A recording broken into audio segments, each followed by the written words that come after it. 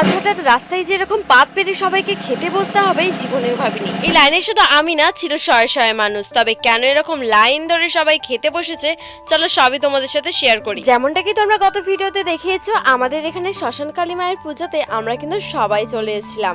এবং যেহেতু এটা নদীর একেবারে পাশে, সেহেতু এখানে জায়গা বলতে গেলে সেরকম ছিল না যেখানে বসে খাওয়ানো হবে। আর রাস্তার পাশে যে সমস্ত জমি ছিল সবই বৃষ্টির কারণে ডুবে গিয়েছে। তাই একমাত্র উপায় ছিল এই রাস্তায় বসে খাওয়ার। এবং রাস্তাটাও কিন্তু সদ্য তৈরি হয়েছে, তাই প্রথম কাজটা আমরা এখানে বসে খেয়েই করলাম। দেখো আমাদের খাওয়া হয়ে গিয়েছে, বাট এখনো দেখতে পাচ্ছ তো কত ভিড়। এবং এই ভিড়টা কিন্তু সন্ধ্যে 10টা পর্যন্ত চলেছে। আরো আস্তে আস্তে কিন্তু ভিড় বাড়ছিল। আমরা খেয়ে বেরিয়ে আসার পথে নিয়ে নিয়েছিলাম গ্লাসে করে একটু পায়েস। এবং এখানের প্রসাদটা কিন্তু খুবই সুন্দর হয়। শান্ত মনে দাঁড়িয়ে দাঁড়িয়ে খাচ্ছিলাম, হঠাৎ করে পিছন থেকে এত জোরে বাজি ফাটলো। হঠাৎ করে আমি তো পুরো চমকে গিয়েছি।